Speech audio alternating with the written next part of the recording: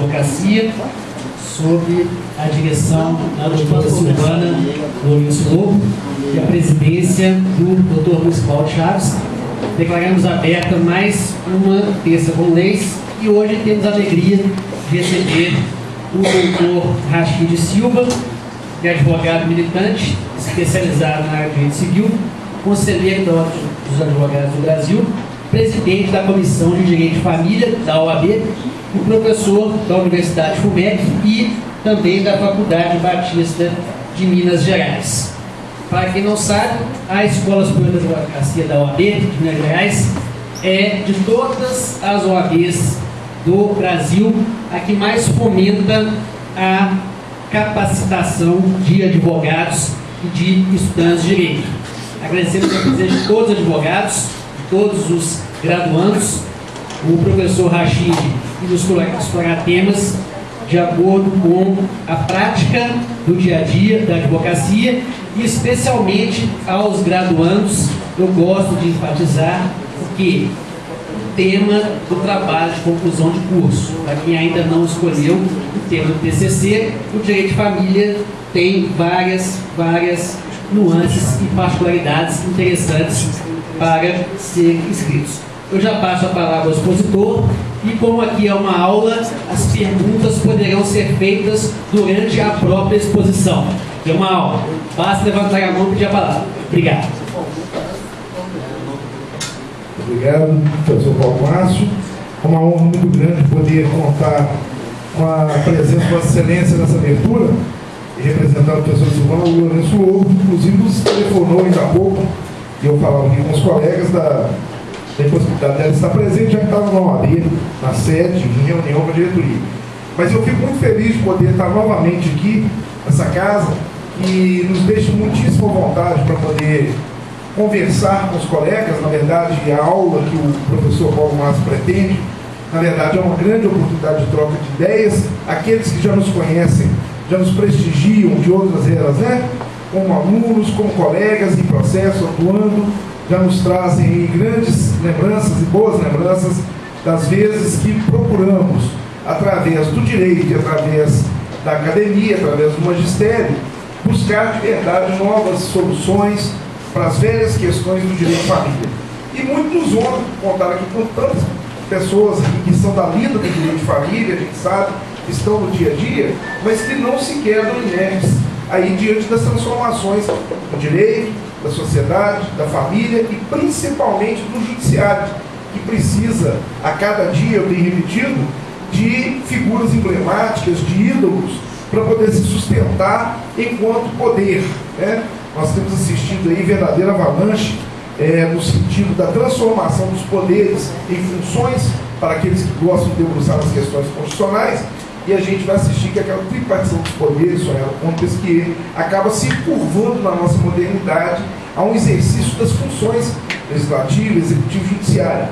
E eu, com muita pertinência e com muita propriedade, gostaria de dizer que, infelizmente, no país, nós precisamos assistir a essa independência dos chamados poderes sendo travestida, vez por outra, numa verdadeira intromissão de funções, quando, na verdade, hoje se legisla através de medidas provisórias do Poder Executivo, quando, na verdade, hoje se legisla através de decisões judiciais, como faz o Supremo, como faz o STJ, se legisla até mesmo através do Conselho Nacional de Justiça, que é um órgão normativo que está ali para fiscalizar e acaba legislando, mas não se legisla através do Legislativo. Muito raramente, e quando acontece, muito porcamente, posso dizer aqui, né? Tem falado isso dentro de casas legislativas. Quando tenho o prazer de poder dizer isso na Assembleia Legislativa em Brasília, quando posso dizer aqui na Assembleia Legislativa, na Câmara de Vereadores, em qualquer município onde a gente visita, que a gente vai falar, eu falo porque efetivamente é o que acontece. Nós temos um atraso, um despreparo, um déficit legislativo no Brasil que é sem tamanho, sem tamanho. Nós temos hoje, pasmem, cerca de 185 mil leis em vigor no Brasil. 185 mil leis em vigor, das quais talvez 180 mil pudessem ser totalmente revogadas por inadequadas ao nosso sistema jurídico atual. O chamado Estado Constitucional Democrático de Direito não comporta mais essa efusão de leis que se contradizem, que se contrapõem, que se arrematam umas às outras e que deixam o operador do direito cada dia mais em situação difícil. Se nós, que somos esse pilar da justiça, indispensáveis à administração da justiça pelo artigo 133 da Constituição, não nos debatermos dia a dia no estudo profundo, não só das leis, mas da sua aplicação, nós teremos um verdadeiro caos social. Nós estamos caminhando para muito perto disso. O que manda efetivamente é que nós somos 800 mil advogados no Brasil.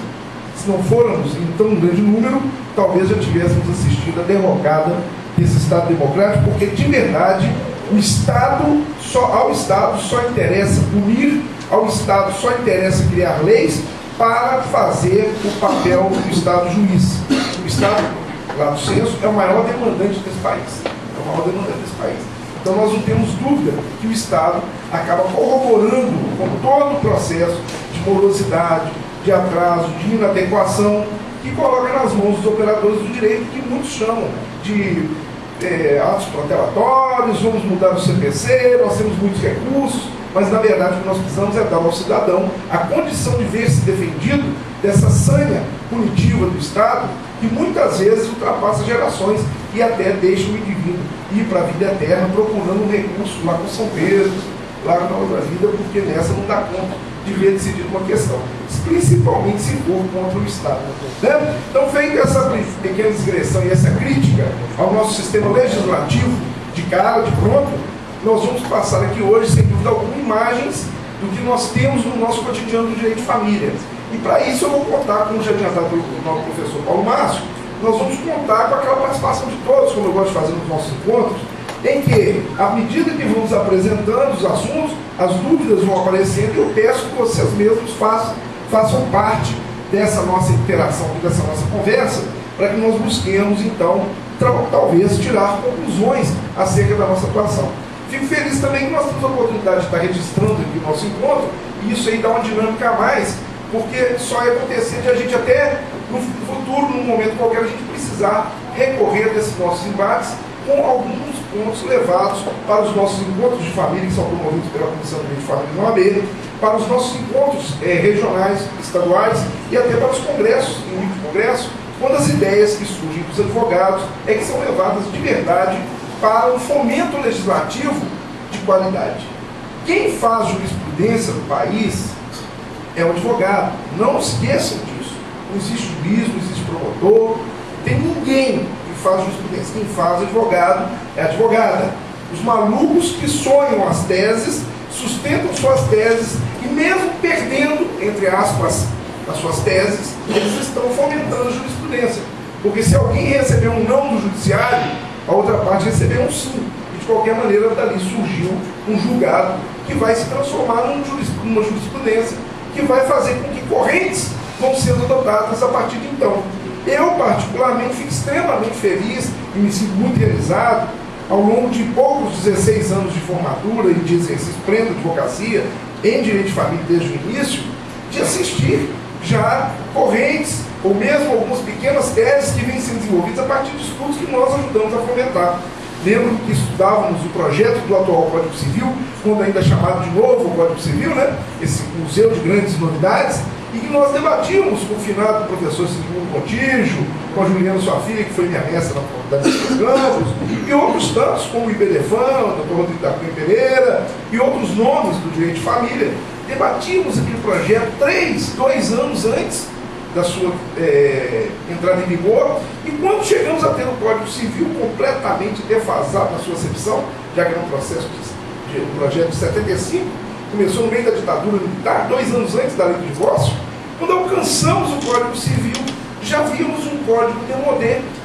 E aqueles debates que vimos travando, nos serviram muito para poder interpretar as primeiras incursões do Código Civil atual, que é uma verdadeira coxa de retalhos, já, para quem não se apercebeu, principalmente no direito de família e nas sucessões.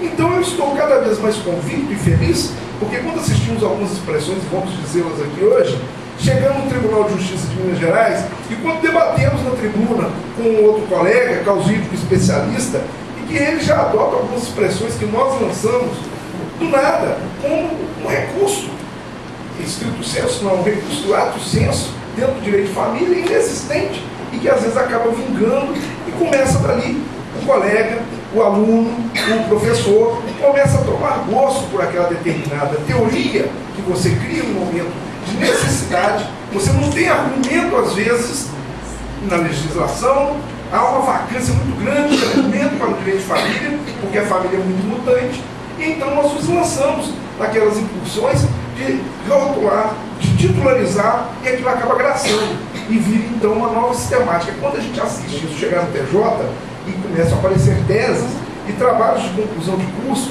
de alunos que acreditam naquelas palavras e que começam a fazer dela uma prática, nós assistimos que funciona e aquilo um dia acaba virando lei. E a gente vê agora, estamos à beira de um novo CPC, com muito da contribuição dos senhores advogados. Podem ter certeza, há leis no Brasil que são produzidas e os senhores legisladores não se furtam de dizer, às vezes até publicamente, que leis são produzidas na base do vamos ver se pega. E quem faz esse test drive, na verdade eu chamo de teste law, até intitulei um artigo que escreveram a respeito da 11.441, aquela do divórcio, separação, artigo cartório, escrevi um artigo titulado teste law. É um teste da lei, eles põem a lei na praça para poder ver se vai dar muito recall, entendeu? E aí começam os advogados digrandeando a respeito dessa lei. Boa noite, seja bem-vindo. E a gente começa então com aquela expectativa de direito que nasce a partir da legislação, que não tem absolutamente quase nada a ver com a necessidade da lei, com a procura do cidadão ao escritório de advocacia e através deles do judiciário, e acabam as leis sendo fabricadas aos bombotões, sendo feitas por encomendas, por grupos de interesses, por lobistas, por burocratas, sem consultar absolutamente a classe dos advogados. A OAB, preterida em muitos dos momentos nacionais, principalmente na feitura das leis, na academia, a OAB é procurada no 7º período do curso de Direito por um aluno da academia lá de Picaretas Futebol Clube, faz uma faculdade de Direito, nós chega a 7º período, um pedido de carteira. A gente assusta no conselho, mas que é isso? Picaretas Futebol Clube, dando carteira de Direito, é estagiário de Direito da Picaretas. Onde que é essa picareta? Não sei, lá no Santo Antônio das Picaretas. E aí você vai ver onde que fica, nem sei, a gente olha no mapa para ver quantas horas de viagem o motorista dizia para a gente, chama o motorista normalmente. Ô Paulo, e aí, seu Manel, quanto tempo de viagem aqui no Santo Antônio das Picaretas? Ah, meu boi, 420 quilômetros, já vai ter o quê? Vai ter estrada de chão, para a gente poder ir lá fiscalizar o núcleo de prática jurídica para saber se a cidade de Picaretas Futebol Clube pode ter uma faculdade de Direito a ponto de serviço dela para formar novos advogados, que a partir do 7º período que a OAB pode fiscalizar a academia e o estágio profissional. Antes disso, o cara já comeu 3 anos do dinheiro do cidadão, à guisa de fazer 6 períodos do curso de Direito, sem nenhuma fiscalização. Se o MEC, ou a Secretaria Estadual de Educação, ou o Conselho são responsáveis por essa fiscalização, de fato elas não acontecem. De fato elas não acontecem. Porque quando a gente vai lá em Santo Antônio dos Picaretas, nós vamos. Viemos aqui, baixamos lá com o motorista, a diária daquela, né? A diária nossa toda voluntária. Vão saber, todos saberem que a OAB não tem remuneração. Nós todos somos voluntários, graças a Deus. Graças a Deus. Porque se fosse para fazer o que a gente faz pela OAB, por dinheiro, eu sinceramente não faria, porque o dinheiro não daria para nos pagar. A unidade do advogado não daria para poder pagar. Trabalha-se muito, mas com dedicação e vocação. Então a nossa diária é o quê? É a gente ir, pegar um motorista aqui, levar a gente lá, chegar lá, dormir no hotel que tiver, se tiver hotel, não tiver pensão, quando não tiver, dorme na casa de alguém emprestado, do presidente da OAB, e vai lá para fiscalizar a faculdade. E vamos olhar livro por livro, para ver se os livros não estão carimbados com os escritórios de advocacia, emprestando livro para a faculdade, para poder fingir que tem uma biblioteca. É o mínimo que a academia tem que ter. E quando nós encontramos uma situação favorável, que nós vamos permitir o estágio, aí nós encontramos todos os outros problemas da formação desse aluno. Nós sabemos, nós estamos na capital, nós temos 29 cursos de Direito pela cidade, em torno de nós. 29 cursos de Direito. E nós sabemos que, infelizmente, 80% não estão dentro do que seria desejável pela OAB. Não estou dizendo pelo MEC ou pelo Conselho, não, porque eles podem ter padrões diferentes de avaliação. A nossa avaliação OAB, ela é sistemática, ela é sistêmica. Nós olhamos não só a instalação sanitária que o aluno tem que ter disponível para ele, mas também a biblioteca, nós olhamos o nível dos professores, nós olhamos o ambiente está inserido na faculdade, o mercado de trabalho à volta daquele aluno, que às vezes está ali vindo lá do interior mesmo, da roça, para poder cavar um curso de direito, que é muito digno, mas sem nenhum aspecto de profissionalização, só em busca de um diploma roto, e depois ele pega e diz, eu sou advogado. Não, meu amigo, você é bacharel em direito. Advogado agora é conosco. Aí a gente bate no peito, lança um exame de ordem, e aí vem toda a trupe da mídia dizendo que não, isso é inconstitucional, que o exame da OAB já foi derrubado, está pacificado, o exame da OAB é constitucional, e se não fosse o exame da OAB, e se não fosse a OAB, como eu disse, como bastião dessa democracia, nós talvez já tivéssemos perdido o rumo da nau e já estaríamos a água há muito tempo, a deriva ou a água há muito tempo. Muito bem. Nós vamos falar então hoje aqui, pedindo para poder abordar o tema dos alimentos com a nova visão ou com a nova abordagem que lhes é dada pelos tribunais.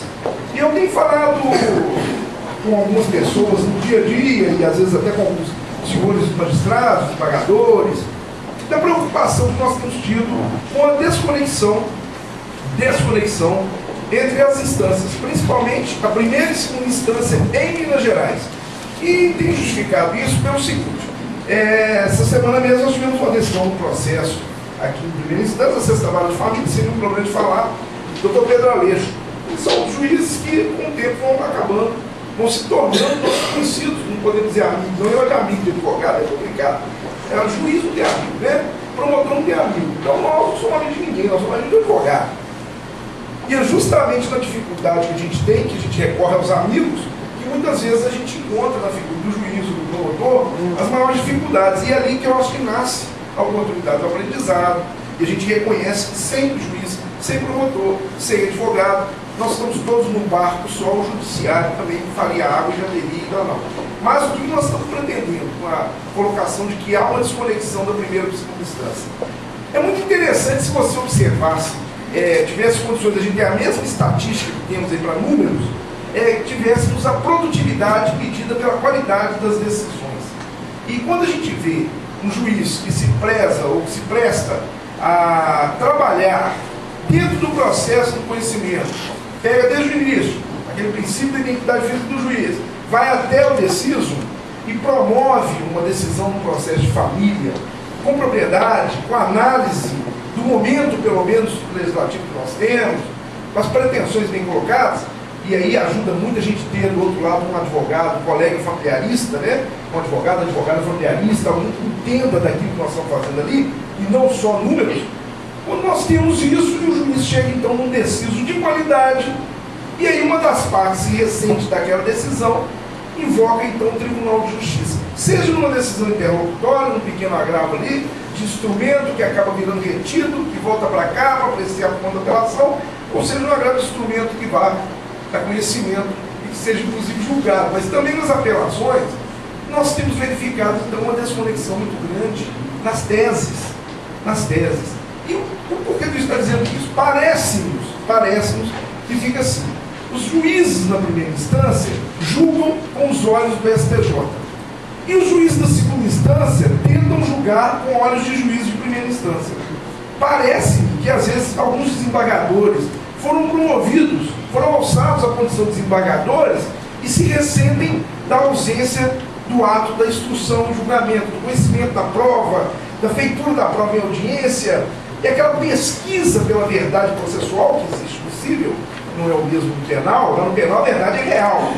Então o juiz, a intenção é ir a fundo até a busca da verdade real. Já que no civil nós temos uma busca da verdade processual.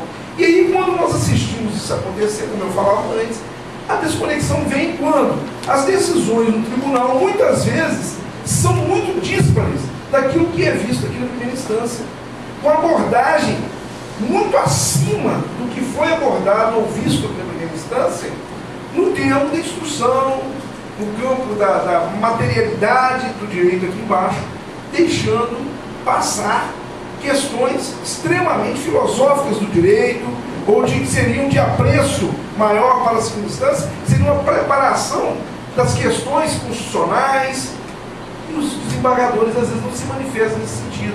Parece haver um colóquio ali já meio arrumado, de que os desembargadores então se prestam. E aí nós vamos fazer uma homenagem muito grande aqui aos estagiários, aos assessores, né? que se debruçam nas instâncias aí, em preparar esses votos, em preparar essas sentenças, porque o que acontece assim?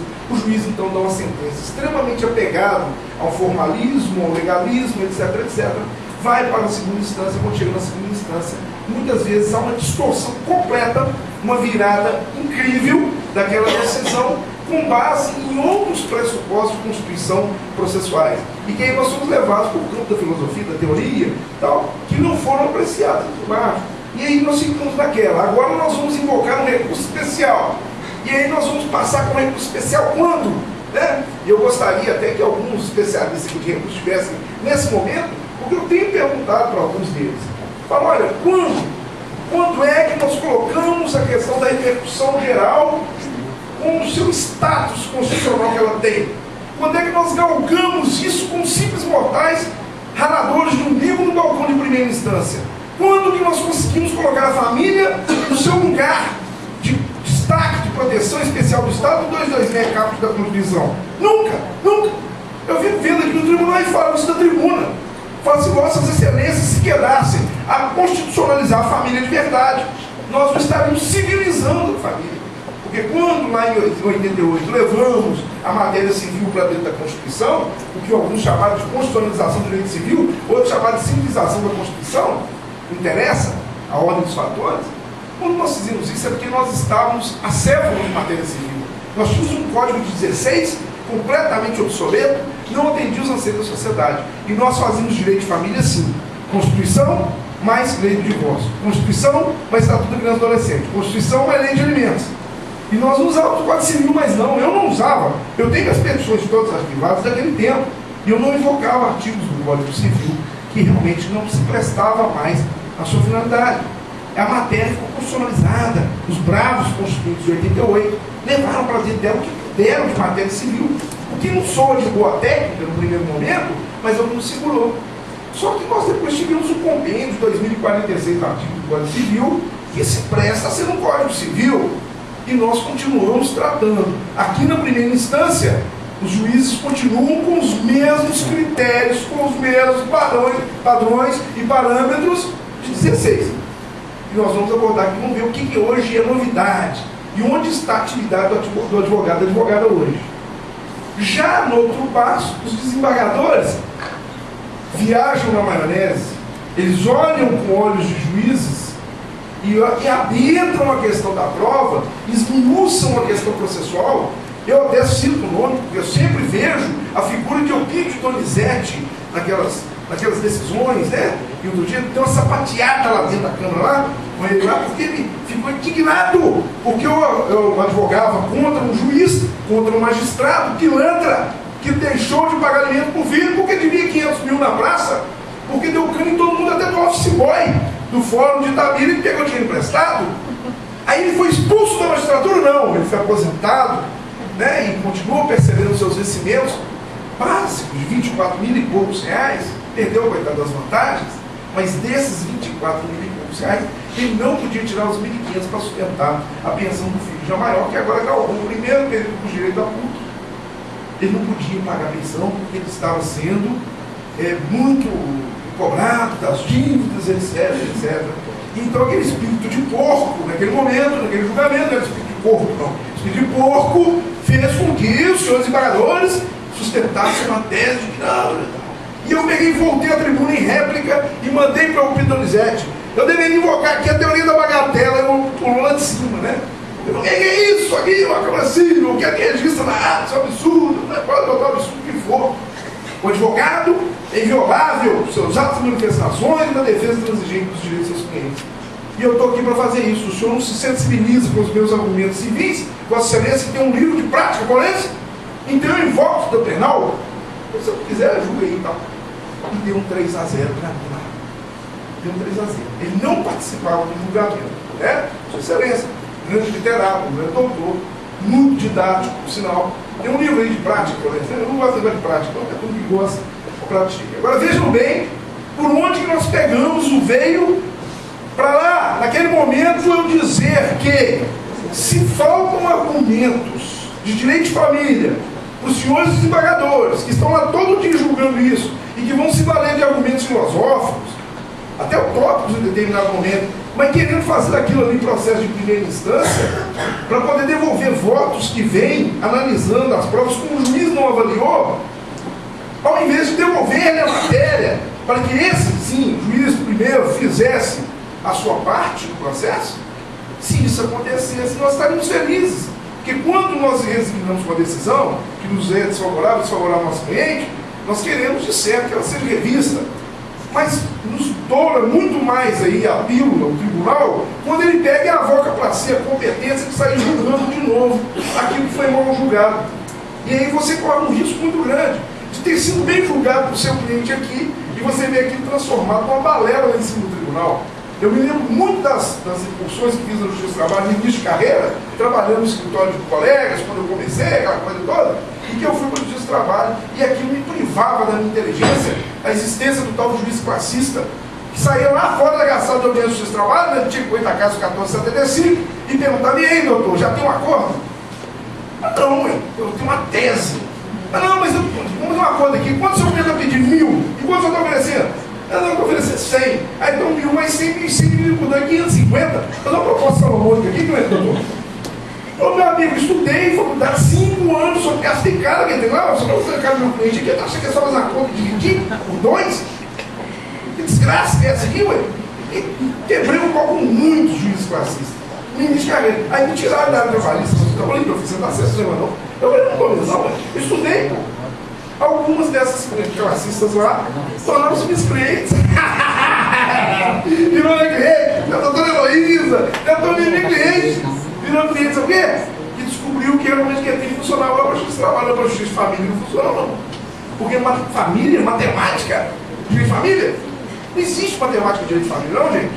Nós somos de emoções, sentimentos, um direito quente, é igual criminal. Você acha que está transacionando em criminal? Não, filho, você matou só 3 anos na família, então eu vou negociar aqui. Eu vou levar mais um seu, igual lá na cacheta lá em Água Boa, que tem lá, Goiânia, ela vai lá matar um leite, ou vai lá matar 2 cordeiros. Acho que até hoje continua a lei da briga dos leitos com os cordeiros. Agora, o que me assusta quando a gente fala de família? O pessoal quer transformar isso numa tábua rasa. Porque parece que tem fórmulas para poder julgar direito de família e não tem. Então, os juízes aqui, a gente tem a oportunidade de falar para eles.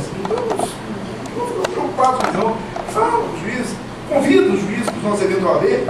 Eu nunca fui no Telamagens, para evento dele, no MP eu já fui. Já fui lá e falei, só para o Ministério Público. Tá bacana. Você poderia ir lá, um advogado, falar só para MP. Ah, uma festa. Deixa comigo. Você sai do lado com beijo ficar preso, mas tudo bem.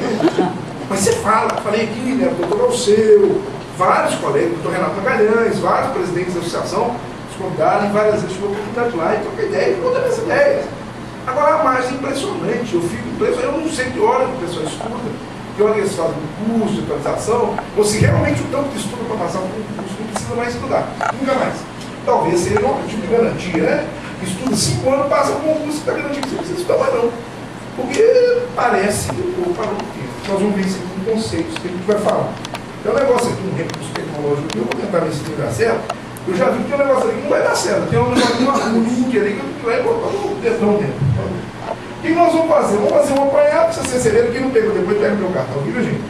Nosso e-mail, nossos telefones são divulgados e é para o colega usar e abusar. Porque eu falei aqui antes que não estava presente, a grande oportunidade que a gente tem de estudar é essa aqui. É estar dentro de sala de aula, é estar com os colegas trocando ideia, né, doutor Sandro? O doutor Sandro está sempre nos prestigiando. Semana passada estava lá no Barreiro, lá em plena discussão de sucessões. E a gente vai recebendo e-mail dos colegas, você está aflito lá com um caso concreto, manda para a gente fica aflito também, porque se eu não souber nada na hora para ajudar o colega, eu faço igual aquele instrutor do parapente lá. Ave Maria, eu sou paraquedista. Eu faço com toda seriedade. Se eu fosse professor lá, eu tinha rezado também, mas eu ia rezar em voz baixa. Eu vou manter um moral com o cara ali, eu falei: não, filho, pode ficar tranquilo que está tudo bem. Se fosse quebrar a cara na pedra, ela ia quebrar primeiro que eu ia me amortecer, né? Mas na hora o cara não pensou não, gente, é Deus. Aqui é a mesma coisa, entendeu? Às vezes quando você está no limite, mas você reza uma Maria e vai dar certo. Ou faz uma sua oração, cada pessoa vai deixar. Vamos ver se esse trem funciona aqui. Como é que eu treino? Tem que botar pra cá. Aí, vai.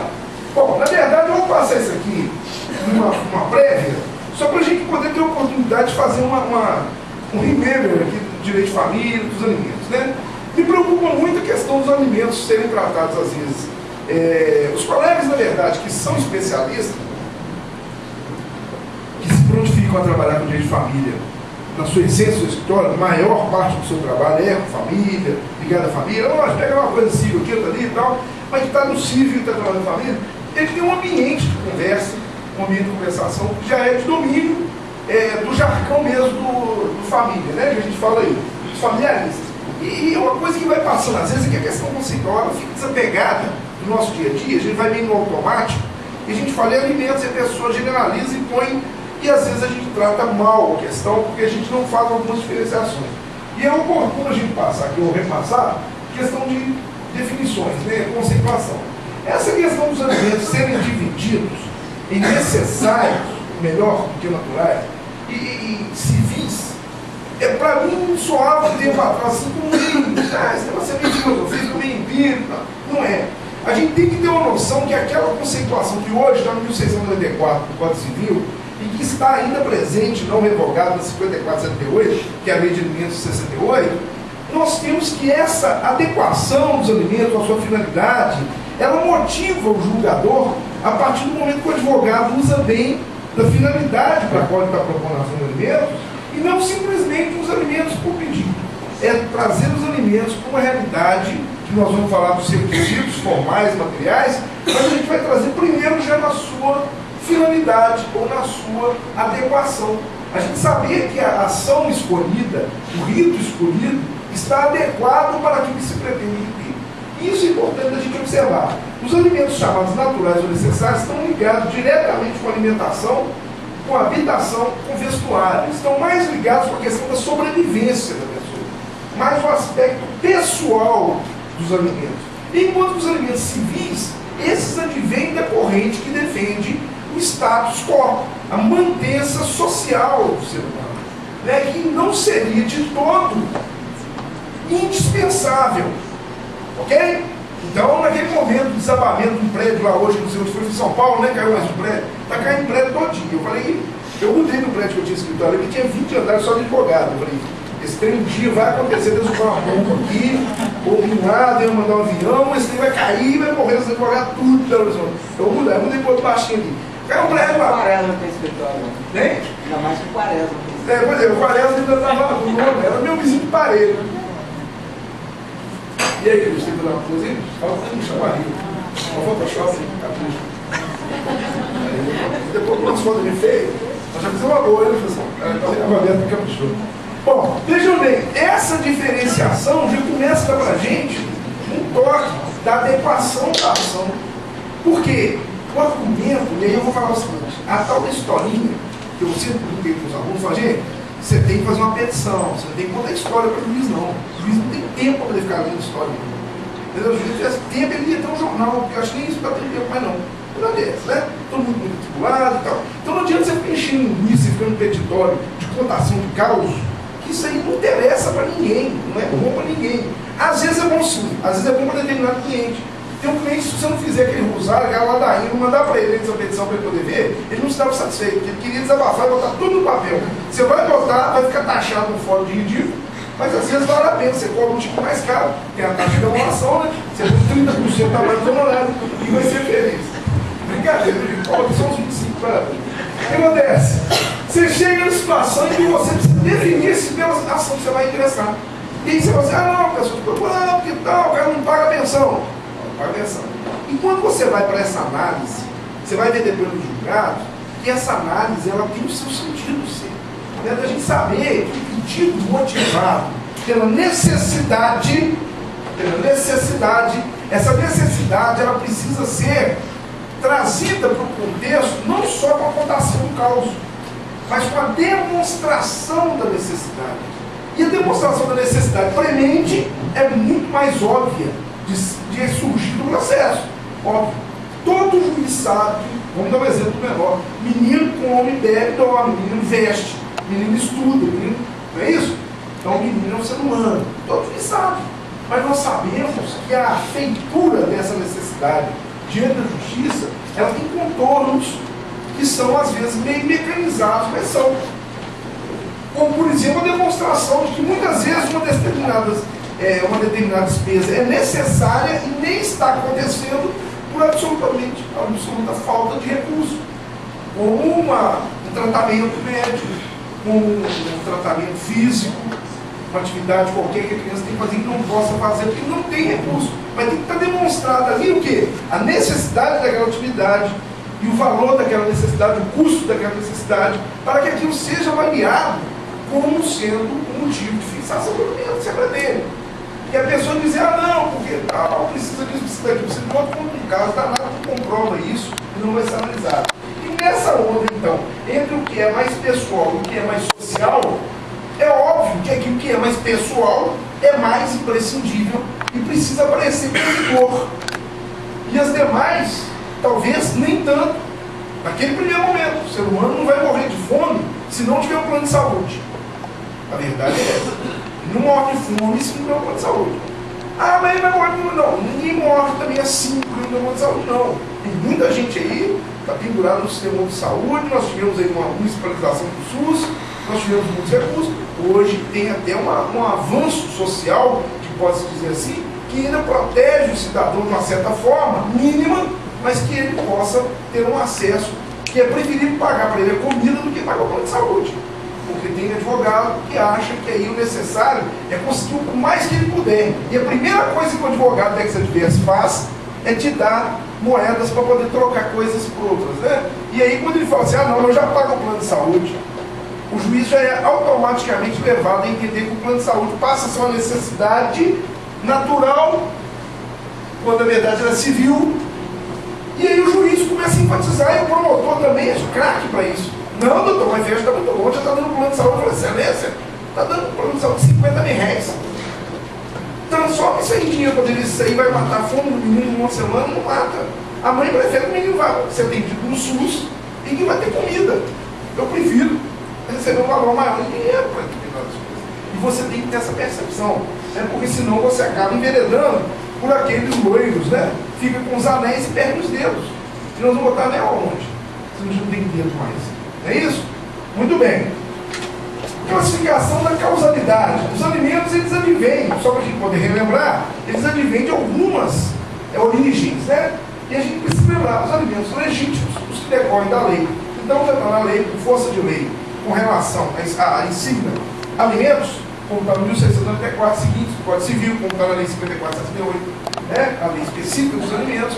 Nós também temos os alimentos chamados testamentários, ou aqueles que são de última vontade, os alimentos convencionais que podem ser fixados entre vivos, ou seja, uma transação que inclua alimentos, né? Uma transação qualquer, inclusive nas ações de família, que possa ter os alimentos por prazo determinado, que possa ter sob condição, como também no testamento, essas condições acontecem. Podem ser alimentos in natura, podem ser alimentos em forma de pagamento de curso superior, que vai pagar enquanto o filho estudar, e etc, etc.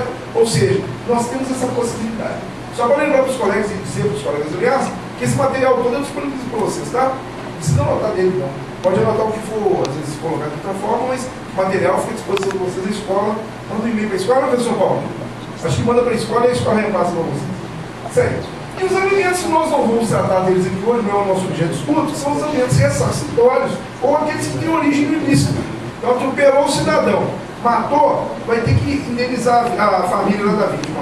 E muitas vezes essa família, inclusive, é composta de menores, precisariam daquele sustento que vinha do pai, que faleceu no atropelamento, e ali vai ser fixado. Ou então a pessoa atropelada ficou incapacitada para o trabalho, perdeu sua condição laborativa e tem que ter um alimento ressarcitório para poder compensar pelo risco civil. E na verdade isso vai ser tratado no artigo 604 do CPC, agora é do 475, que, salvo engano, é da sopa de letrinhas do 475, né? Tem letra para tudo, quase chega no Z. Lá no 475, que está lá tratado o alimento provindo do ilícito. Muito bem, isso aí é a causalidade. Importante também, é óbvio, a gente saber que a nossa faixa de trabalho de 90% dos alimentos está dentro dos alimentos legítimos. Nós trabalhamos a maioria das vezes com os tipos de alimentos decorrentes das uniões familiares que geram prole e que geram vínculos, né? E esses vínculos é que nós vamos tentar entender agora. Primeiro deles, a solidariedade entre as pessoas, né? Em virtude de parentesco. E aí nós sabemos que o parentesco, com algumas transformações do Código Civil atual, continua, na linha reta ele é infinito, né? Nós somos parentes uns dos outros, conforme descendamos ou ascendamos deles para sempre, até Adão e Eva, para quem acredita no sopro divino, e até lá os primatas, para quem acredita em Charles Darwin, não tem problema. Depois dali para trás tem um elo perdido aí, isso cada um entende o que vai dizer. Mas até ali nós somos parentes uns dos outros, né? E já depois do parentesco vem então o matrimônio, que ainda continua sendo vínculo de família formado através da união, né, das pessoas. Hoje não falamos mais em diversidade de sexo, sabemos aí dos nossos avanços, e o matrimônio então continua sendo também fomentador de direito a alimentos, né, mesmo na diligência do casamento. Para quem desavisadamente pensa que é só na ruptura, os alimentos podem ser manejados com o casal casado. E eu vou dar um exemplo grave para os senhores aqui, do senhor que mantinha a panela de pressão para a carne trancada dentro do armário, ou o leite, né? Ia trabalhar e deixava trancada, a família não podia comer. Ele voltava, só na hora que ele voltava, ele podia tirar a panela de dentro do armário para poder esquentar a panela de carne. Se quisesse comer durante o dia, mulher, os meninos, depois do almoço, trabalhava de motorista de ônibus, trabalhava à tarde, almoçava, trancava a panela de carne e ia embora. Quando voltava 8 horas da noite, para a família jantar, tinha que jantar com ele na carne, porque ele não comia a carne dele. Ele dava um pedacinho para cada filho, para a mulher, até ele comia todo dia. Isso é grave, né? Deus, estou falando de Machacalismo, não. Estou falando de tribo, não, estou falando de Belo Horizonte. Isso é assim, de família. Então, o matrimônio, ele enseja a possibilidade de alimentos entre os cônjuges, e isso está no 1694 caput, e pode ser durante a vigência do casamento. Assim como também na Justiça do Trabalho, você tem durante a vigência do contrato de trabalho, você tem número de direitos que podem ser exercidos, independentemente da ruptura do contrato. Né? Muito bem, a união estável ao lado do casamento, sem dúvida nenhuma, formando de família, conforme 226, parágrafo 3º da Constituição, também é causa, né, o fundamento de alimentos, aqueles provindos das relações de união estável, formados por duas pessoas com convivência pública, duradoura, com o objetivo de constituir família. Aqui no destaque, em vermelho e afastado, está a sócio-afetividade, que poderia, no primeiro momento, os colegas também interromperem e dizer, a sócio-afetividade ela pode estar aí, já lançada dentro da união estável, ou dentro do matrimônio, dentro da adoção, que vai fazer parentesco. Né? Então, a sócio-afetividade ela gera outros vínculos hoje que não gerava passado. Mas nós vamos ver, inclusive, tem um julgado aí que a gente vai ver a possibilidade de uma abordagem da sócio-afetividade sem o vínculo jurídico, né, que gera a possibilidade de alimentos, o que é muito temerário até do ponto de vista da democracia. E eu digo para o senhor, o que nós temos hoje no sistema legislativo aí, que gera insegurança jurídica, não está no gibi. Eu vou dar alguns exemplos aqui para ver. Por quê? Não tem nenhum fundamento, né, para você poder trabalhar e dizer, eu estou seguro juridicamente. Tá, não. A única coisa que você está seguro é na mão de Deus. Você vai, entra, divulga a sua tese, pode sem medo, como diz o Raimundo, vai com Deus, né? Vai com Deus. Raimundo vai todo dia à missa, quando ele tiver a missa todo dia. Muito mais católico que eu pelo menos leio a Bíblia todo dia, mas muito fundamento histórico e tal. Sou um cristão mais ou menos, tal, mas Raimundinho, se não for para o céu, nós vamos lançar esse papo aí no próximo dia. Depois do próprio Francisco. Eu acho que o Francisco até deve ser meio cruzeirense. O que acontece? Nessa onda da sócio-afetividade, nós temos aqui então possibilidades do trabalho do advogado, da advogada, se alastrar por caminhos nunca antes navegados. Por quê? Porque não está na lei. A verdade não está na lei. Quando eu falei aqui com o advogado, pela sua indispensabilidade de administração de justiça, ele é recorrente a presença dele nos grandes feitos de jurisprudências todas do país, nascem das mãos dos advogados. Eu não estou falando bobagem, estou falando que de verdade nós é que fazemos acontecer. E muitas vezes aquilo que parece absurdo, acho que está caindo a potência desse microfone aqui, tá?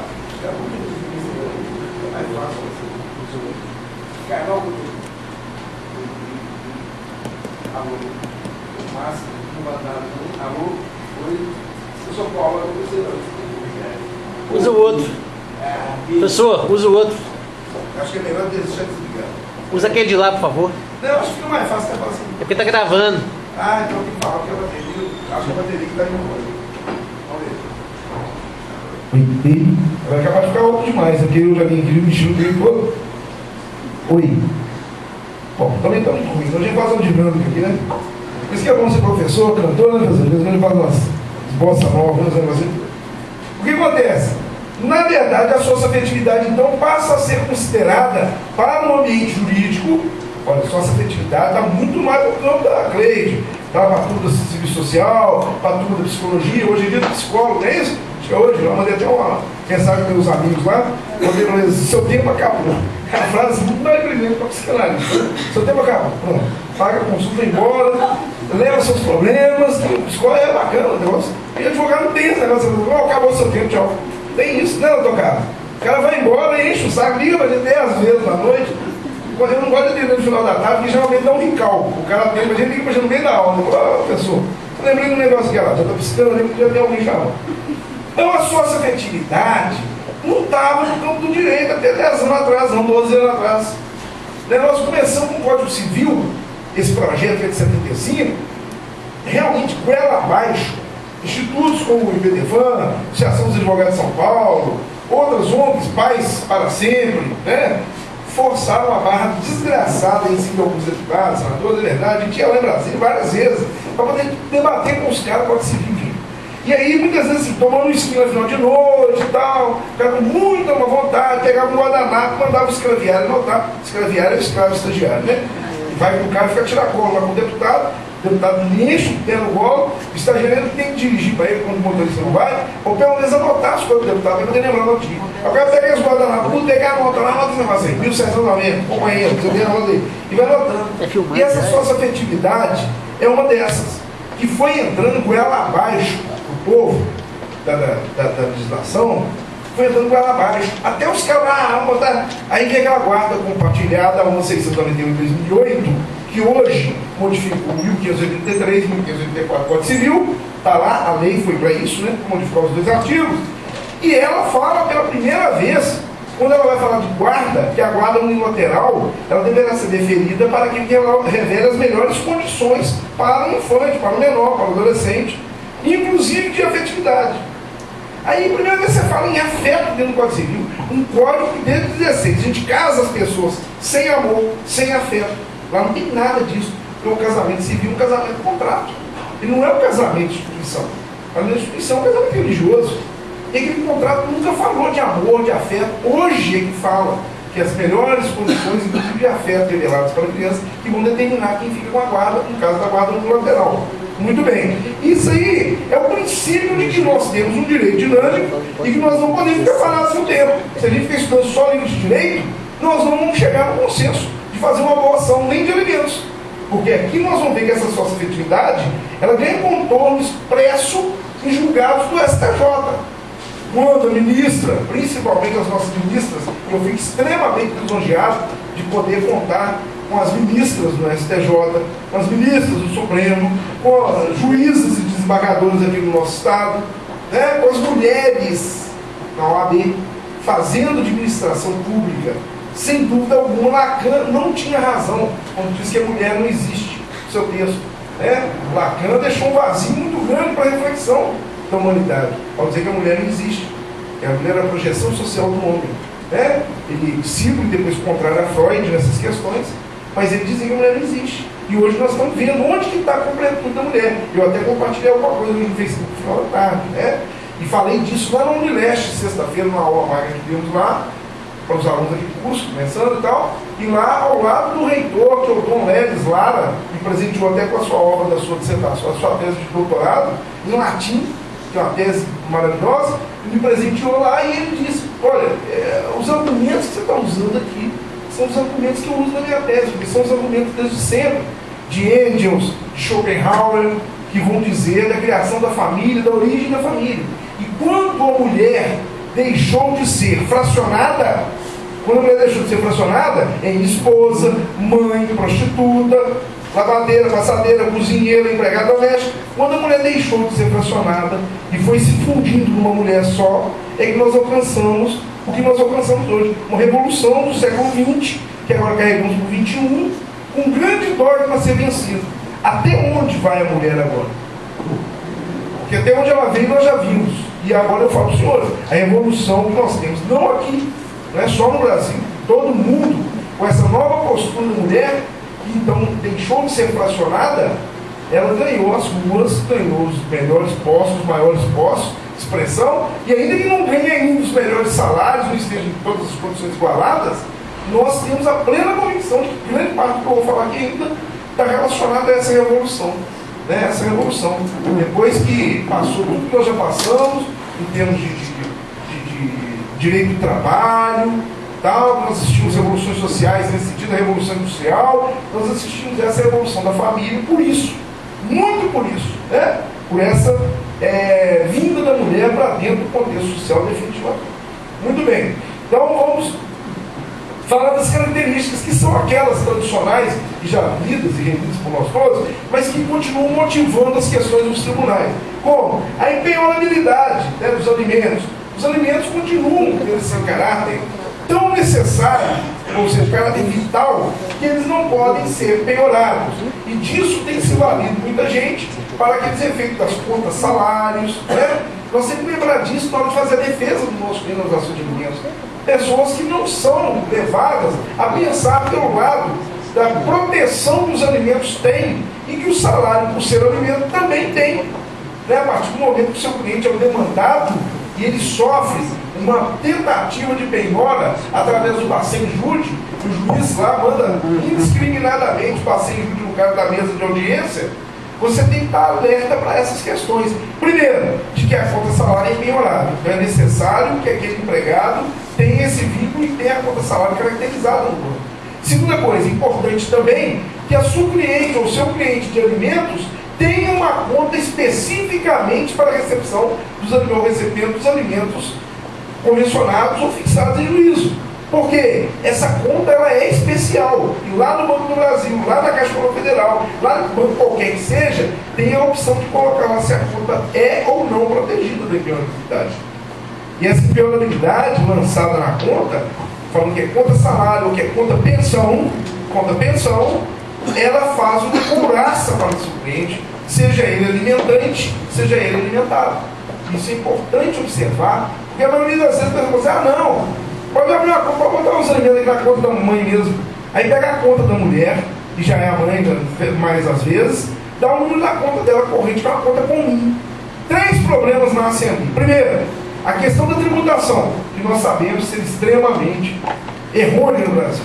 Quem paga a pensão alimentícia deduz integralmente a pensão paga no imposto de renda. Quem recebe a pensão alimentícia paga imposto de renda sobre a pensão recebida, acaso ultrapasse os limites fixados pela Receita Federal. Isso, num plano tributário, que não é a minha área, a crítica aqui é muito rasteira, isso aí vai para além de tributação. Isso aí vai para a usurpação da pensão alimentícia que foi fixada sem considerar isso. Então você que vai advogar e vai receber uma pensão para o filho ou para a mulher, você tem que saber que 27,5% virá se você não consegue a margem do imposto de renda no final do ano. Só de pensão, sem o salário dela do que ela botou junto, a pensão soma a base de cálculo.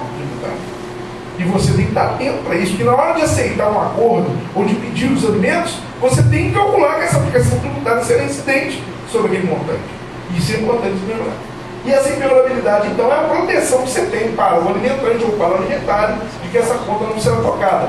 Então, preferencialmente, o segundo problema que eu vou falar das contas, pôs na conta da mãe. A mãe, aí o pai não paga a pensão. Ela precisa provar, o juiz que ela não pagou a pensão. Ela vai alegar e vai levar o extrato de quê? Da conta dela.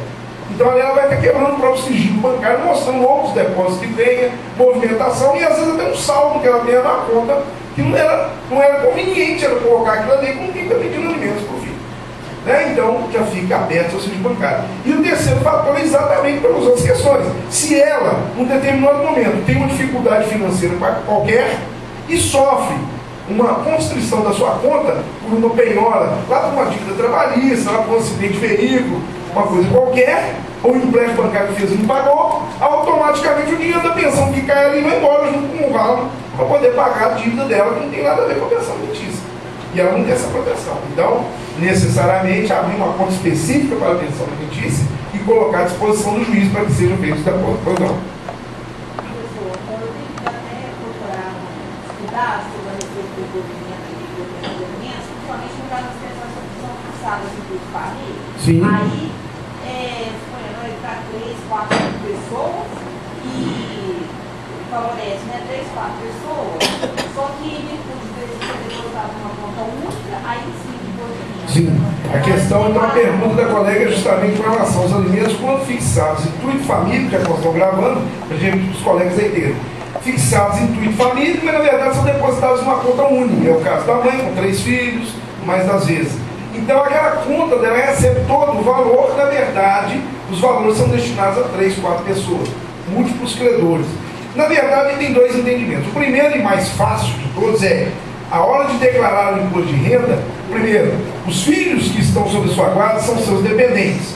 Já gozam da isenção tributária correspectiva, ou seja, até aqueles quinhões que são dados lá de isenção para cada filho dependente. Além do filho dependente, ela vai lançar os dinheiros que entram na conta, coloca os valores e discrimina item por item todos os destinatários da pensão. E por isso hoje saiu da maternidade CPF. O menino já sai da maternidade CPF. Tem que os dias são chip, já sai de lá com o número de OAB, com toda a inscrição da faixa, já paga a unidade também. Porque os meninos já saem de lá advogar. Hoje vai ser. Mas até lá, sai da maternidade e faz o CPF. Por quê? Na verdade, a partir do CPF é que você pode dotar aquele novo cidadão de capacidade tributária ou mesmo de isenção tributária.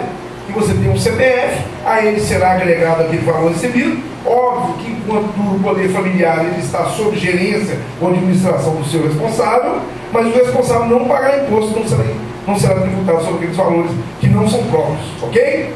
Então a dúvida da colega é pertinente e é complicada.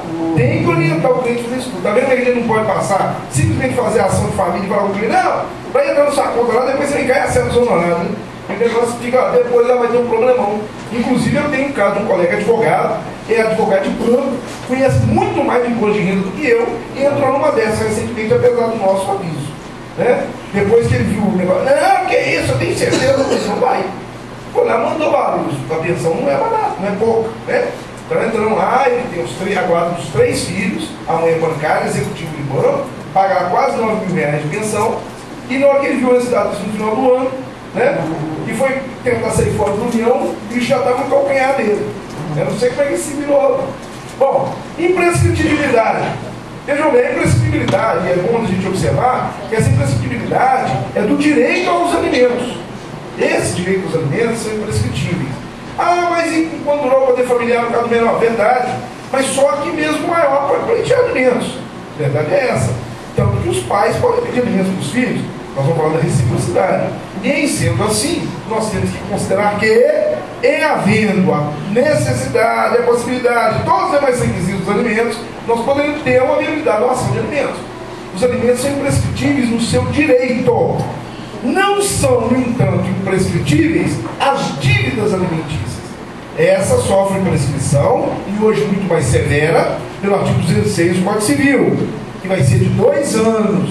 Os alimentos não pagos e não executados, não cobrados, prescreverão em 2 anos, direito a eles, prescreverá, desde que ultimado o poder familiar ou desde que inexistente o vínculo de casamento que tem o Estado que nos gerou. Isso aí é uma coisa que nós vamos falar na frente ali em julgados importantes do STJ, mas é importante. Antigamente essa prescrição ocorria em 5 anos, hoje em 2 anos. Acabei de utilizar uma semana passada, não atrasada, de uma mocinha lá de Itamaradigo, lá do norte de Minas, estava lá fazendo trabalho de OAB, e ajuizamos uma ação para ela. O irmão ficou maior, inclusive casou-se, 21 anos e casou-se. Então já perdeu aquele direito que teria. Era a mesma parte dela, nós executamos. A parte dela deu 75 mil reais. A mocinha do Vale de Jequitinhonha não tem dinheiro para pagar cursinho para poder fazer faculdade. A mãe cabeleireira não tinha condição de mandar a menina para Belo Horizonte. Executamos. O pai, na verdade, não detém nada, mas ele precisa muito do trabalho dele, porque ele trabalha com ambulâncias, aí fornecidas aí remoções e tal, com a prefeitura que tem. Acionado o cidadão, constituiu o advogado nos procurou, fechamos um acordo, vai pagar em 36 parcelas, vai pagar. Salvou o cursinho da moça, salvou a estadia dela em Belo Horizonte para poder estudar. 36 parcelas de 1.000 e poucos, ela vai pagar o cursinho, vai ter condição de ficar na casa da tia. Mudou a vida da moça, praticamente. Com os alimentos que quase que ela perdia na pressão. Faltavam 2 meses para ela completar os 20 anos, onde ela perderia o direito àquela execução. Olha isso que eu dever. Pô, será que não tem advogado? Ela tem 27 advogados na cidade. Será que ela nunca procurou ninguém? Será que ninguém orientou? É a falta do cidadão ter um acesso à informação. Você não vai lá para fomentar a desgraça, não. Você vai poder tentar trazer a pacificação social. né? Como Jesus Cristo fala na Bíblia. Eu não vim para trazer a paz, eu vim para trazer a guerra. O advogado não está preocupado em reduzir o número de processos por fora, não, gente. Desculpem aí os senhores que estiverem preocupados e muito apaixonados com a questão do judiciário e querendo acabar com os processos a todo custo. Vamos ajudar os juízes. Eu não, se depender de mim, eu vou aumentar o meu processo, porque eu quero defender o direito do cidadão, do meu cliente, custe o que custar. E nós vamos falar aqui, inclusive, que uma ação de família que os senhores estão fazendo aí com uma ação, nós temos que fazer são 5 ações.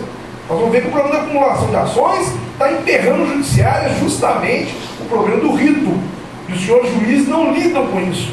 Eles não movimentam cada coisa a seu tempo.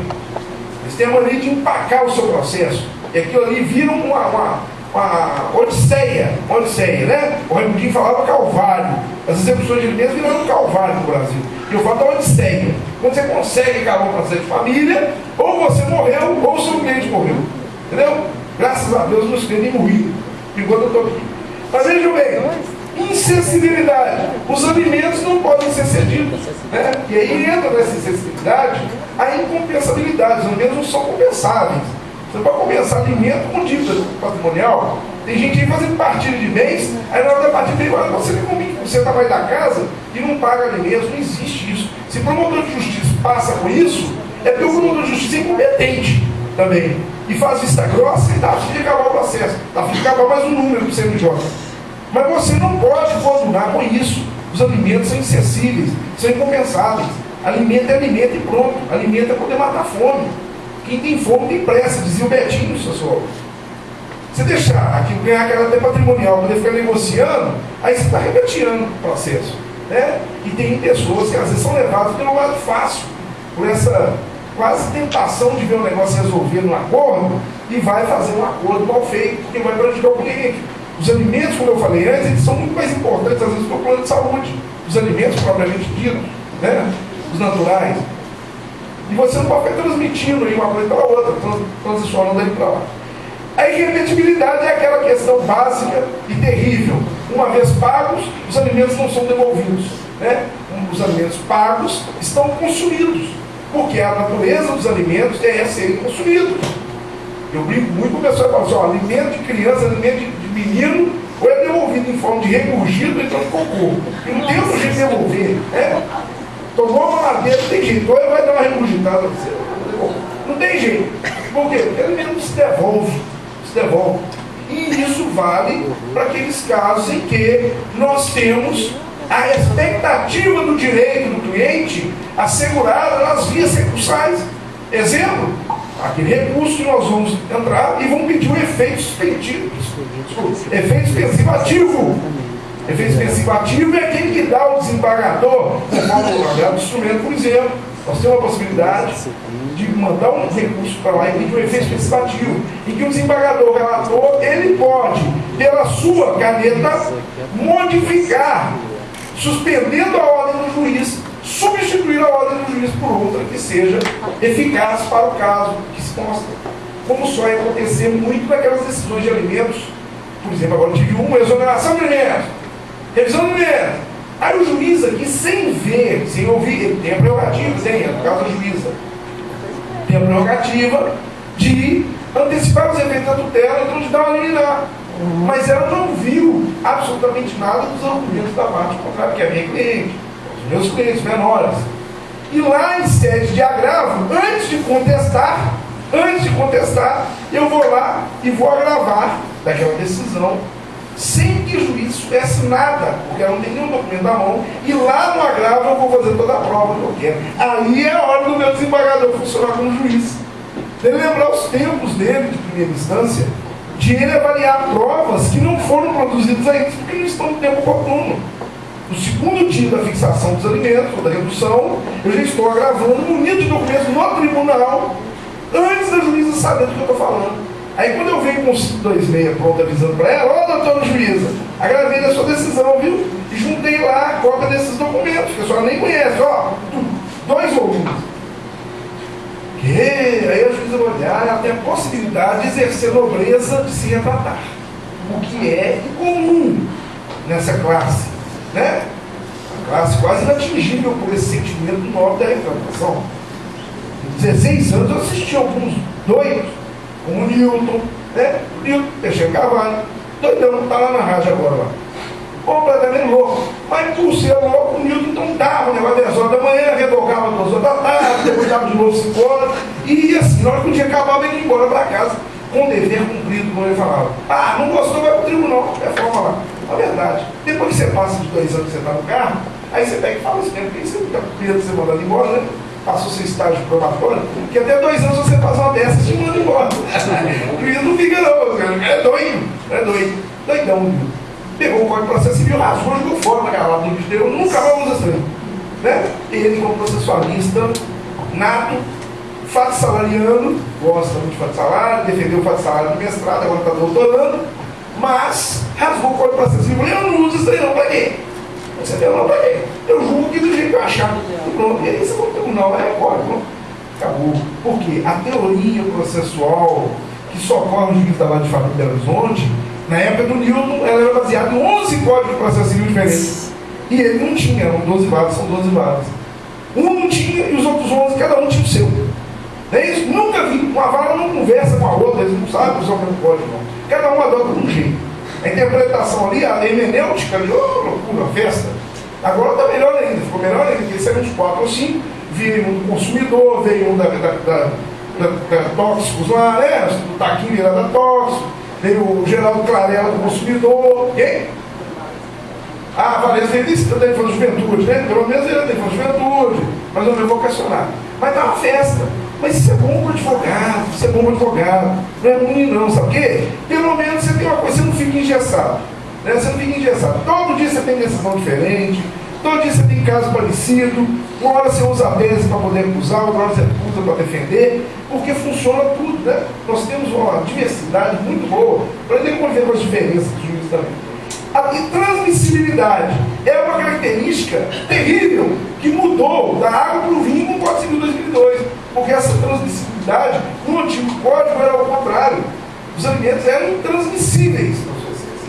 E essa transmissibilidade veio para mudar esse conceito. Mas o que é transmissível? É a obrigação de alimentar. Não é mais só a obrigação da dívida, não. Mas eu digo para o senhor que está no 1701, não 1700, que o Código Civil, aliás, que está lá, é a obrigação de os herdeiros continuarem pelo falecido a obrigação de alimentar. Mas podem escrever aí, está lá na 5ª jornada do Direito Civil do STJ, somente até as forças da herança. Ok? Então ninguém pode, sem ser por direito próprio, acionar o herdeiro para lhe pagar alimentos pelo vínculo só com o herdeiro, mesmo porque tem que ver se tem até a graduação, parentesco. Mas na verdade o que se transmite é a obrigação de alimentar pelo falecido até o limite da herança. Então se você é herdeiro, tem patrimônio, tem dinheiro, e o falecido estava pagando aí um salário mínimo de pensão para outro filho que tinha fora do casamento, ou estava pagando a faculdade que já estava formando, os herdeiros serão chamados a cumprir aquela obrigação até o limite da herança. Ah, mas o menino ficou pequeno, ele vai pagar até o menino, até desonerar. Até você achar uma forma de exoneração, ou a maioridade, ou o casamento, ou a desnecessidade, ou a morte, que seja. Mas você vai ter que continuar até o limite da herança. Isso é importante, foi um aspecto destacado grande do Código Civil, que inverteu essa coisa. A questão da solidariedade ou divisibilidade do pagamento de alimentos, ela fica patente na questão dos alimentos chamados avoengos, ou a relação avoenga, que é a relação dos avós para com os netos. E aí nós temos 3 coisas para poder falar a respeito. Né? A primeira, a relação a obrigação é divisível, mas não solidária. Isso implica que o litisconsórcio é passivo facultativo. Isso está sepultado no STJ e nos tribunais estaduais. Né? O litisconsórcio não é necessário, como eu advoguei muito tempo brigando por ele. O litisconsórcio é necessário. Então eu entro com a ação e vou lá e entro contra o avô paterno, contra a avó paterna. Aí a primeira resposta lá da defesa é o quê? Chamar os avós maternos também em litisconsórcio, chamamento ao processo. Fala, peraí, velho, eles também têm, estão na mesma classe, não se incumbiram da sua obrigação por outra forma, porque vocês estavam pagando outras coisas. Então chama o cara. Aí o juiz fala, não, litisconsórcio aqui é facultativo. Cabe ao autor da ação chamar ou não. E isso está pacificado. Por quê? Porque, de verdade, o autor naquela situação, o alimentário, a ele pode ser muito mais conveniente não chamar o avô e a avó materna, porque lá reside, porque lá tem outras formas de contribuições, que não seria justo dividir aquela outra obrigação com os avós maternos. E, na verdade, entende-se que essa obrigação, ela é, embora divisível, e aí quando nós falamos divisível, nós estamos falando da possibilidade de dividirmos entre os avós esse quanto. Quando? Os avós maternos não vão entrar na relação jurídica no primeiro momento, mas nós vamos aquilatar que a obrigação dos avós paternos seria mais ou menos parte do que deveria ser pago e que o pai ou a mãe não está pagando diretamente, que são os primeiros obrigados. Né? Então, não havendo condições do primeiro obrigado, ou a mãe ou o pai, está no primeiro grau ali com eles, adquirir integralmente, vamos chamar até o segundo grau, por força do artigo 1698 do Código, que diz que somente até o segundo grau poderá haver essa demanda.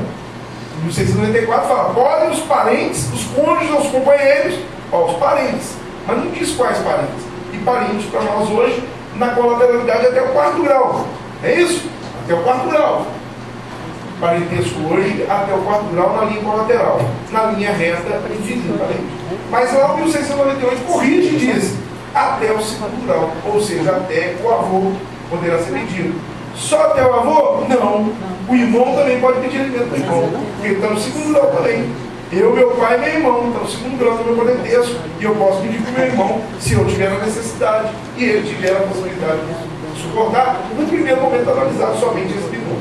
Né? Então vejam bem, essa questão da relação alforrica, ela é divisível, mas não é solidária, e o litisconsórcio, portanto, é facultativo. Muito bem, a legitimidade ela advém do vínculo, como nós falamos antes, parentesco, união estável, matrimônio, tem os requisitos formais e materiais a serem cumpridos, ou seja, para poder estar no processo, nós vamos ter que analisar artigo 3º do CPC, interesse de agir, né, legitimidade da parte, e analisar os requisitos processos materiais que estão previstos na Constituição da República, na Lei de Alimentos, no Código Civil, no Estatuto da Criança e Adolescente ou no CPC, conforme seja o caso.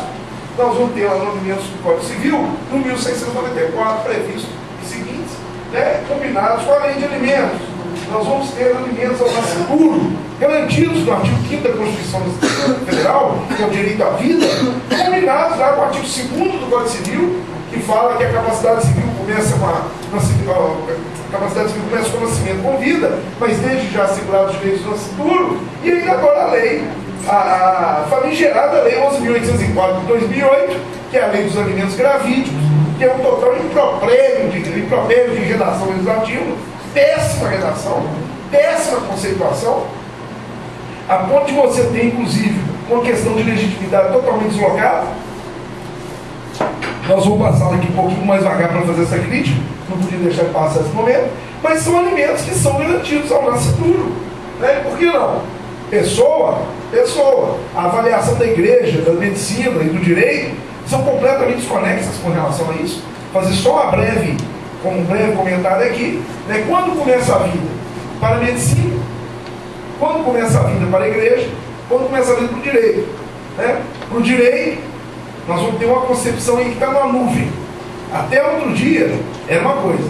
A partir do dia que decretada aquela lei de biossegurança, que a morte cerebral implica a morte da pessoa e autoriza a doação de órgãos, a partir do momento que eu reconheço que se não há atividade cerebral, não há vida, eu reconheço que quando não tivesse atividade cerebral no ferro, não tem vida também não. Se eu posso pegar o cara, tá deitado, bonitinho, Ayrton Senna da Silva, tá lá inteirinho, tá respirando, o ventilador, o coração tá batendo, mas o cérebro dele não estava funcionando mais, foi dado pela morte cefálica, foi dada a morte, pode tirar os órgãos e doar os outros. Se eu posso fazer isso com a Ayrton Senna na mesa aqui, eu não vou poder fazer com o feto que ainda não tem atividade cerebral? Diga, Alessandro. Acho que essa apoiendos é uma peça autônoma ou dependência? Como você está? Uma peça autônoma. É alimentos complementares. Tem que ser movido por ação própria. Ação própria. Tem ação de alimentos contra o pai, contra a mãe, e há necessidade de demandar sim, necessariamente antes contra aqueles primeiros obrigados, e caso não haja satisfação, deve, ou caso não haja possibilidade de satisfação, é que você poderá acionar os alimentos complementares. A pergunta é boa, porque inclusive dá aso da gente responder. Não se deve acionar avô e avó antes dos primeiros obrigados. exceto se comprovadamente impossível fazê-lo. O pai está preso, não tem renda, ou o pai morreu, tem a prova do óbito, e aí nós teríamos então situações definidas. Fora disso, não. Ah, o pai tem lugar incerto, não sabia. Então, põe ele na ação no polo passivo junto com os avós. E manda citar o pai por edital e manda chamar os avós. Pelo menos ele está sendo demandado. Senão, o promotor vai mandar chamar o pai ali, que ele é o primeiro obrigado. Ok? Obrigado pela pergunta. Então vejam bem, voltando lá na questão. Na 11.804, nós vamos encontrar coisas horripilantes do ponto de vista processual. Vou mostrar para os senhores aí que nós não vamos deixar dúvida de que a lei, a minha, é inconstitucional, inclusive. Inconstitucional. E eu pergunto para os colegas aqui, se puderem ajudar. Alguém aqui tem uma ação de alimentos gravídicos em trâmite? Confirma a minha tese, né? Eu vou no interior, alguém tem alimentos gravídicos? Um dia eu fui vazante, quase na divisa do Goiás. Quase que eu vazei lá para Goiás. Cheguei lá e tal, já estava escutando o Leonardo, que é o nosso sertanejo lá. Estava lá perto de Catalão, estava vazante, no extremo da divisa. Mantei daqui, baixei 8 horas da noite, a Câmara Municipal chega esperando, nós atrasamos, estrada terrível. Cheguei lá, vou levar com o povo. Aí eu fiz a pergunta lá, a presidente da associação falou, eu tenho uma ação. Eu falei, não, doutor, a senhora é heroína, eu acho até tirar uma foto com a senhora, eu levar Horizonte para usar o povo. Eu não sei como é que a senhora consegue ter uma ação de alimentos gravídicos. O menino nasceu, não, já. Estou confirmando na tese. Não dá tempo de fazer ação de alimentos gravídicos no Brasil, pois o judiciário de né? A não ser que a mulher premedite a gravidez, ou receba o Chico Xavier psicografa para ela mandar o trem, falou assim, você vai engravidar hoje? Ou então o anjo vem e fala, eu vou para Nossa Senhora, você vai ficar grávida hoje no Espírito Santo. Aí amanhã ela vai lá, eu estou grávida. A maioria das vezes a mulher descobre a gravidez na sexta semana, na semana de escola, aí descobriu que está grávida, tá, agora que teu pai, tá, vai ganhar coisa, aí vai, eu vou acionar o fulano de tal, aí vai procurar o advogado. Né? A pessoa que está nesse sentido, tão necessitada, nós vamos falar daqui a pouco, ela não vai procurar o Rachid, vai procurar o Dr. Carlos, Marcos, Alessandro, vai ser procurado, leva na defensoria pública, acabou. Vai nascer o menino antes, vai nascer, vai dar tempo de distribuir, extragação, aí já vem 4 meses, 5º mês, não vai dar tempo, o menino vai nascer. Se for, né, uma situação muito excepcional, ele nasce de 9 meses certinho. Você dá tempo de citar o cara, mas vamos passar. Então o que acontece? Alimentos do ECA, nós temos aqui então uma situação diferente, que é uma situação que não é aquela do ilícito, não é essa situação, mas são alimentos fixados em situação de risco. E é mais grave ainda, porque aqui você tem que saber de quem nós vamos cobrar isso. Porque se o ofensor é aquele que impõe um sofrimento à criança, a ponto de tirá-la até do seu convívio, se nós demovermos esse ofensor do poder familiar, se eu tiver o poder familiar do pai ou da mãe, eles não são obrigados a pagar alimentos, porque eles perdem condição de pai. Sério, não tem para aprender. Se eu tiro o pai da certidão do nascimento do menino, ele não é pai. Pô, não tem obrigação alimentar. Olha como é que é dramático isso. Eu confio com uma dessas aí. Você tem que tentar segurar de um lado do outro, não deixar o juiz decretar a perda do poder familiar para poder manter a pensão alimentícia. Esse caso foi julgado pela instância divina, porque eu tirei o pai do convívio dos meninos. O pai abusava sexualmente da menina de 11, foi até coleguinha da menina de escola, e o menino era apaixonado com o pai, óbvio, estava passando para a sua segunda infância, apaixonado com o pai, era um menino e menininha mais velha, e o pai abusando sexualmente da menina. Aí quando descoberta toda a questão, então vem a mulher igual louca para o escritório, nós tentamos ter uma cautelar no juizado e tal, aí vai alimento, beleza, aí corre no juizado, vão para a família, e essa dona fala do Nilton. Não, mentira, doutor Mauri da quarta de família. Aí o camarada veio para uma das audiências, foi uma loucura a audiência, muito complexa. E aí manteve aqui o afastamento do pai. Ele foi mais de 1 ano afastado dos meninos, sem ver, literalmente, não tinha contato com os meninos. Mas ele era funcionário da Caixa Econômica Federal, gerente da Caixa Econômica Federal, foi transferido para Brasília, pediu uma transferência para Brasília, pagava a pensão, e nesse meio tempo ficou assim, ele vinha de Brasília para cá nos finais de semana, e tentava ver os meninos, aquele assédio, aquela coisa meio criminosa já, e tentando os meninos, e a gente segurando um lado do outro, até que numa dessas viagens ele veio e enfiou o carro para o carrinho comigo. Aí eu falei que foi Deus que chegou e esse processo de ser como Deus o tenha, né? Mas eu fiz pelos meninos que eu achava que era o melhor e realmente assim ficou assegurado aos filhos, pelo poder familiar que ficou existindo, ele ficou então, eles ficaram na condição de dependência e ficaram assegurados aí na pensão, sem ter aquela companhia nefasta do pai, que na verdade era o ofensor, né? lamentavelmente. Alimentos em legado, então aquelas casas lá dos alimentos advindos de testamento, onde é deixado legado de alimentos conforme o artigo 1920. Né? Muito bem, agora nós vamos passar para uma questão prática aqui, eu já vou abrir de cara o leque aqui do nosso polinômio, né, que até então muitos de nós ainda usamos a expressão binômio, quando nós citamos mais ou menos adstritos a preguiça magistral também, porque o juiz não está muito interessado em examinar mais que necessidade e possibilidade. E nós acabamos entrando, desculpe a expressão, naquele curralzinho, lá, a gente sai lá na roça, lá, você põe para dentro da vacina do gado, você vai funilando o gado. E a gente entra naquele troço ali igual o gado. Por quê? Porque o juiz vem com o aparato estatal todo, como eu falava antes, na desconexão, vem o Ministério Público e faz a mesma digressão há 16 anos. Se deixar o promotor aqui, ele fala a mesma coisa, gente. Eu tenho 16 anos que eu estou aqui, eu estou falando de brincadeira, mas eu só trabalho com isso. O cara vem e fala a mesma coisa. A mesma coisa. Se deixar o cara cita o mesmo livro, na mesma edição. Não muda não, sabe por quê? O troço é copiar e colar, copiar e colar, copiar e colar, ele está pronto. O cara não está examinando a questão em si. E aí que entra o papel do advogado. Cutuca para você poder ver uma coisa diferente, para ver se você não provoca o promotor ter um outro livro e ler outro autor. Não estou falando de todos, generalizar é sempre perigoso. Nós temos inúmeros bons promotores aqui, muita gente estudiosa, muito bons juízes estudiosos. Mas nós temos muitos avacalhados também. E o cara pega o troço, delega aquilo ali para o estagiário, delega aquilo ali para o assessor, e de vez em quando fica sem decisões, você fala, esse aqui não é de juiz, não. Você já conhece o enredo do cara, você já conhece, é igual um livro. Quem dá aula sabe disso, quem participa aí de outros tipos de atividades, você exige um conhecimento na sua área de atuação, você tem a doutrina que você conhece. Não adianta aluno chegar na prova e me ensinando um canal para mim, não. Eu já sei o pensamento da Maria Berenice Dias, o pensamento da Silvia Nosa, você conhece todo mundo. Caimar, erudito. Você conhece a tese do cara. E aí vem lá o cara, porque necessidade e possibilidade. Tudo bem, vamos ver o que é isso. Demonstração disso, prova da necessidade que pede e a sua incapacidade de se sustentar, ou de autossustentar. A possibilidade, demonstrar, através de indícios, pelo menos, ou prova de possibilidade de quem oferece ou de quem se pede os alimentos. Isso tem que estar dentro da sua petição. Isso como é que faz? Olha, eu não tenho prova, não tenho nada para provar. Ué, tem sim.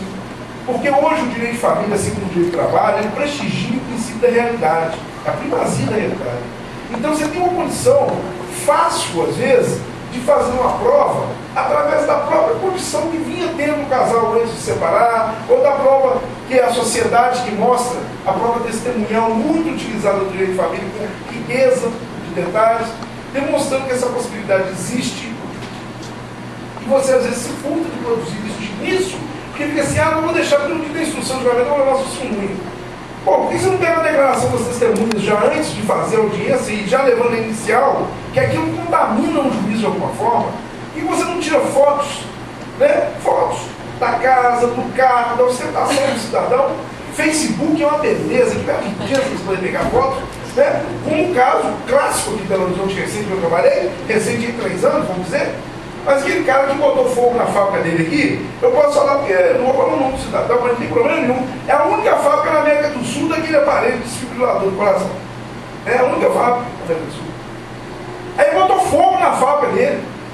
Eu falo que ele botou fogo, eu falo que ele botou fogo, porque a fábrica pegou fogo, justamente na hora que tocou a calção de dentro dele, pesada a execução. Aí botaram fogo na fábrica. Aí recebeu o seguro. Aí estava quebrado, a defesa deu um processo, o cara faliu, o cara quebrou, não morreu por milagre, porque a fábrica queimou toda. O fato é que nós estávamos começando as obras da Copa do Mundo aí, e os estádios, os reformados, e todo mundo tinha que ter um desfibrilador, a produção não podia parar. O fato é que ele conseguiu um seguro aí, que ele recorte, montou tudo de novo e estava de novo com a próxima funcionando. Mas antes dele montar tudo de novo, quem me socorreu? Ele, o Facebook. Porque lá no Facebook estavam as inúmeras fotos dele com a namorada nova lá nos Alpes Andinos, lá nos Lagos Andinos, andando lá de jet ski e tal, e tomando aquele vinho, beleza, no Facebook. Tudo você pega e imprime aquela foto colorida que está mais impressão e contamina o senhor juiz. Contamina o senhor juiz. Uma prova totalmente acessível, barata, né? Não custa nada. Você nem hackear o cara, só que ela está lá domínio público. Conclusão, leva lá para dentro. Isso é um indício muito grande de divulgação, uma situação boa.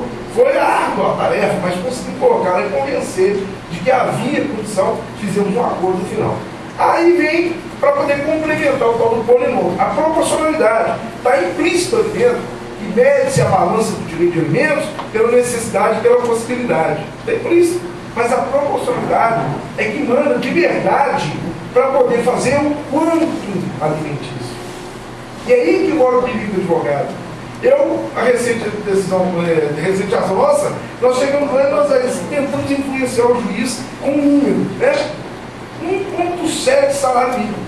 Por quê? Na verdade, não havia nem chance de falar que tinha capacidade do cara pagar. Aí o juiz, interpretando da maneira dele, os 170% do salário mínimo, já mandou para outra esfera. Mandou pelos rendimentos do cara. E eu morri de medo, não tem nenhuma prova, não tem indício, não tem nada para poder pegar. Vamos assegurar isso aqui, que depois ele vai por revisão, se for o caso. Aí o juiz resolve colocar aqui que percentual dos ganhos do cidadão. Aí no ato, o cidadão recorreu. O cidadão agravou. Então o juiz deu. Aí o cidadão agravou com base em quê?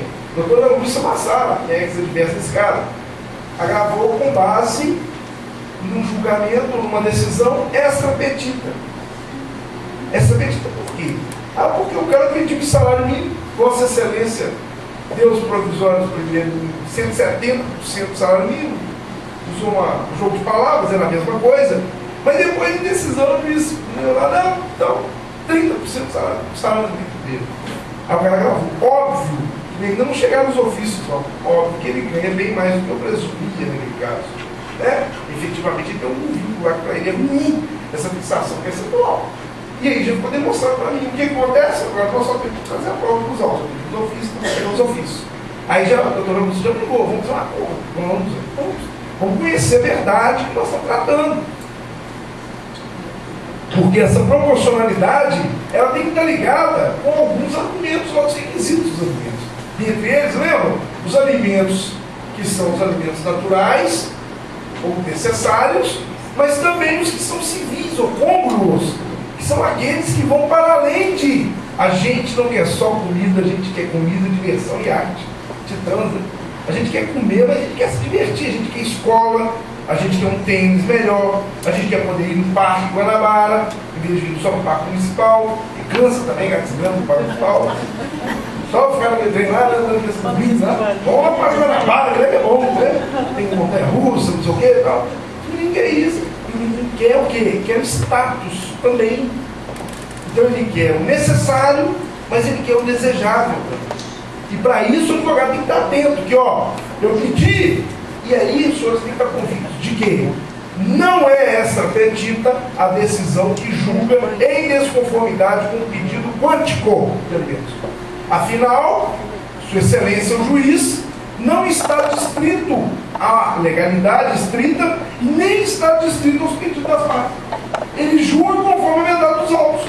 Se eu pedir 1,70% do salário mínimo e o juiz identificou lá a possibilidade de um cara pagar mais, o juiz vai pensar que ele paga, então o juiz achar que deve pagar, até para manter o padrão do status que o menino tinha, já que o menino está sendo tolhido da sanção que ele tinha.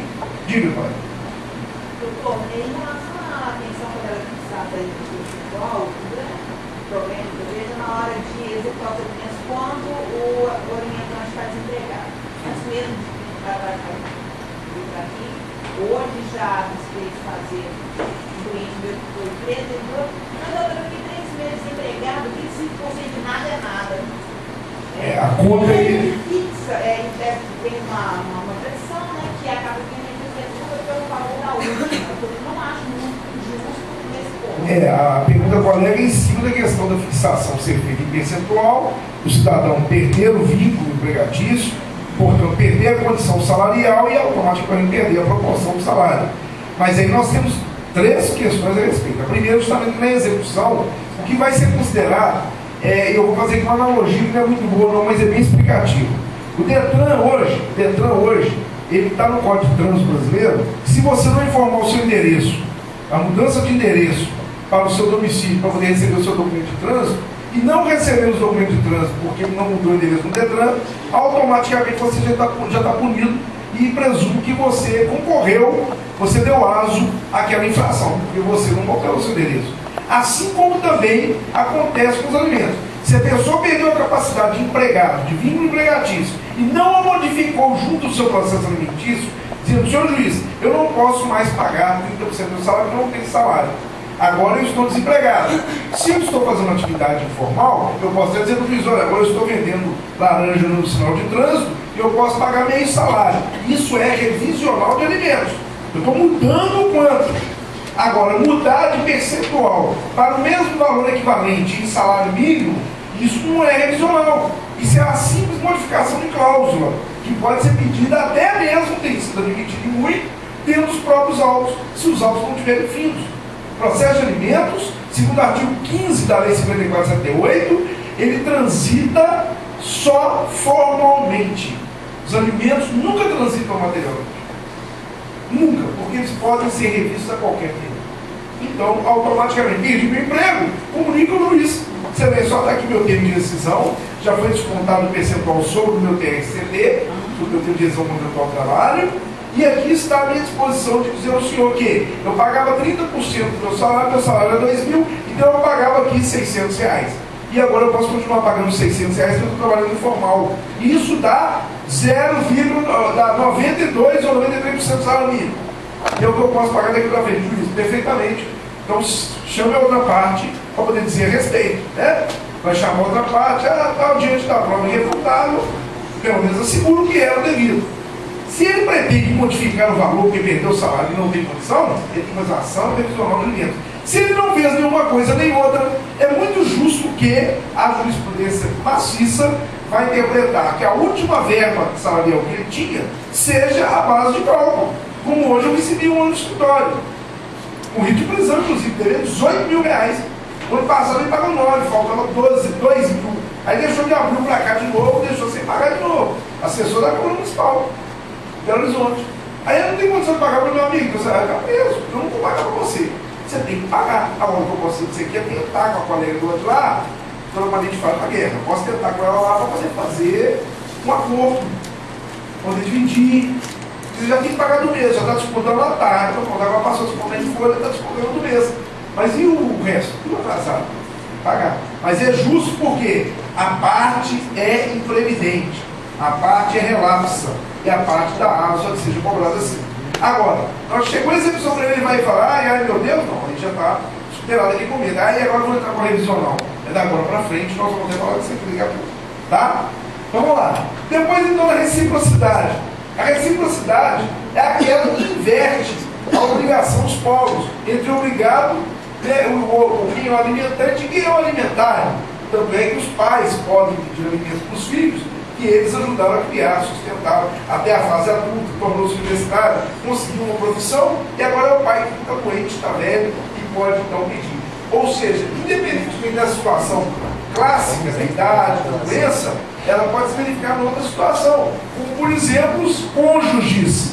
Isso vale muito para essa filosofia do cônjuge e do companheiro, que até então a mulher, a maioria das vezes, a mulher que era dependente econômica